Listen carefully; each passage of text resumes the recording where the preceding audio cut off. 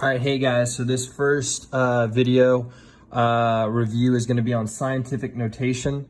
It's something we did at the very beginning of the year and haven't touched on since then.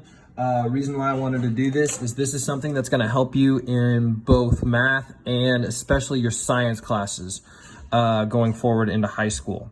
So first thing that we're going to do is this is when we're dealing with either really, really big or really, really small numbers.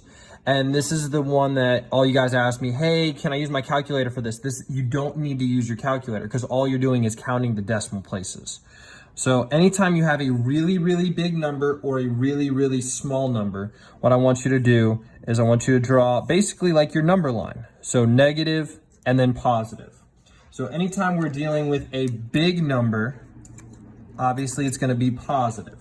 Anytime we're dealing with a really, really small number, it's going to be negative. So the first thing we're going to do is, let's say we'll start with a really, really big number. So we're going to start with 3, 2, and I'm just going to throw a bunch of zeros on here. Okay. Now, one of the key things to remember is if your decimal is out of sight, meaning it's not there, out of sight, it goes on the right. So right now, my decimal is right there after all of those zeros. Now what I need to do next is I need to find my first non-zero number. And we're gonna box it and then put the decimal right next to it. So my first non-zero number, as you guys can see, is 3.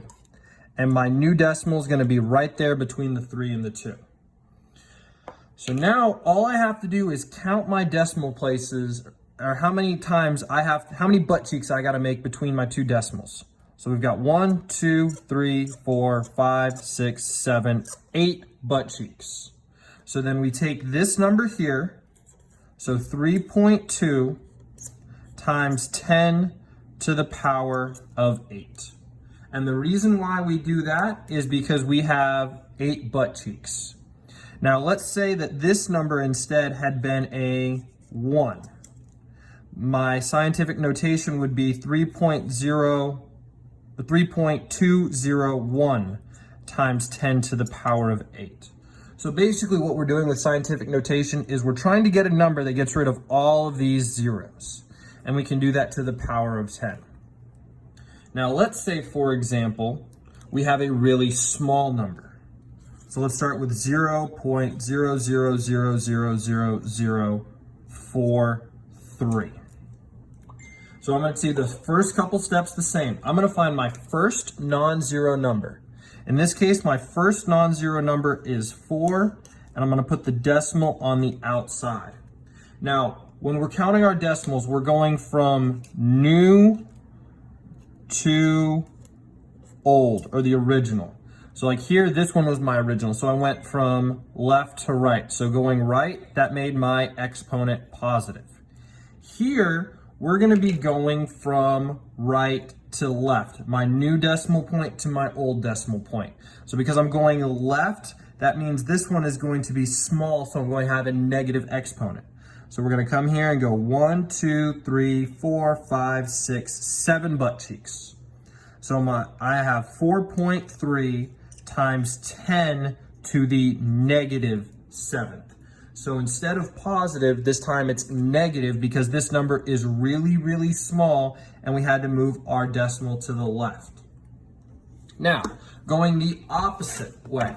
Now this I think is the harder part of scientific notation. So let's say that I gave you 4.375 times 10 to the 4th. So anytime you see something like this, and I want it in standard notation. So right now it's in scientific notation, and I'd like it to be in standard notation. Well, I'm going to draw my little number line up here, positive, negative. So because my exponent right here is positive, that means I got to move my decimal to the right. So 4.375, I'm going to move my decimal to the right 4 times. Not from the end of the number, but from where the decimal is now. So I'm gonna move it 1, 2, 3, 4. Fill in your butt cheeks with zeros, and there's your new number. So my new number is 43,750. So this number and this number are equal.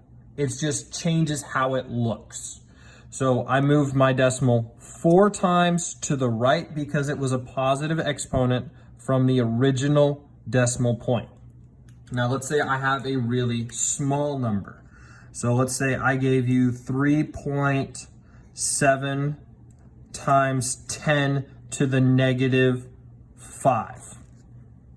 So I'm going to come down here, I'm going to write 3.7 again, but this time I'm going to move my decimal to the left because my exponent here is negative. So I'm going to move it 1, 2, 3, 4, 5 times. I've got to fill in my empty butt cheeks with zeros. So we have, my answer is now 0.00037. So on this one, I move my decimal to the left because it was negative from from the original to the new. Okay. Any questions on that? Send me an email. Thank you.